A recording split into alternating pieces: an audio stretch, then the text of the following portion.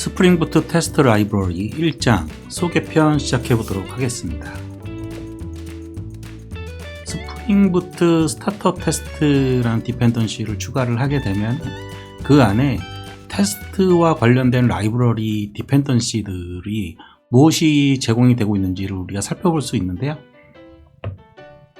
대표적으로 스프링 테스트가 있을 것이고요. 그 다음에 디펜던시 중에서 JUnit, 함크레스트, 어서트J 여기 있고, 그 다음에 모키토, JSON 패스, 그 다음에 awaitability 발음이 좀 그 다음에 JSON 어서트 이렇게 있고요. 여기에 있는 디펜던시들이 거의 대부분이고, 제가 한두 가지는 좀 빠졌고 그 중요도에 따라서 제가 빨간 테두리로 그려놨죠.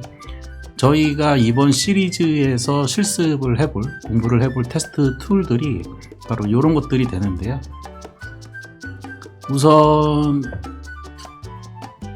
스프링 테스트에 대해서 말씀을 드려보자면은, 스프링 테스트는 애플리케이션 통합 테스트를 위한 테스트 유틸 모음입니다.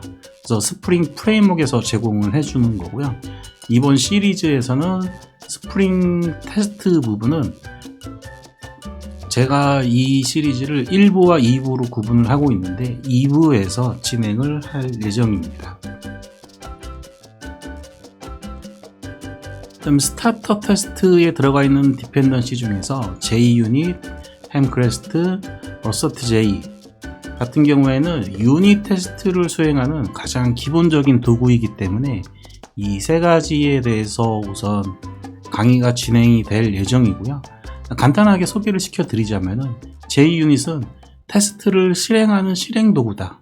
그다음에 함크레스트는 매처라는 것을 지원을 해서 테스트를 우리가 유닛 테스트를 진행을 할 때 조금 더 편리하게 해주는 도구다, 유틸이다 라고 생각을 하시면 될 거고요. 그 다음에 어서트J는 플루언트라고 제가 적어놨는데, 이 플루언트라고 하는 것은 플루언트 API라고도 불리기도 하고요. 이 플루언트 기능을 이용을 하게 되면은 인텔리제이나 비주얼 스튜디오 코드에서 이런 IDE 툴에서 JUnit 유닛 테스트를 진행하는 데 있어서 조금 더 IDE에 도움을 받을 수 있게 해주는 그런 도구라고 생각을 하시면 되겠습니다. 그래서 가장 기본적인 도구이기 때문에 유닛 테스트를 내가 뭔가 하겠다라고 했을 때는 이 세 가지는 필수라고 생각을 하시면 되겠습니다. 다음으로는 모키토에 대해서 말씀을 드릴 건데요. 이 모키토는 구현되지 않은 코드를 가짜로 대체할 수 있게 해주는 테스트 도구라고 생각을 하시면 됩니다. 자, 구현되지 않은 가짜 코드, 이거를 전문 용어로 더블이라고 합니다. 그래서 더블에는 뭐 스파이, 페이크, 스톱, 뭐 이런 것들에 대한 하부 개념들이 있는데요. 이것들은 모키토를 공부를 할 때 조금 더 자세하게 공부를 해보도록 하겠습니다.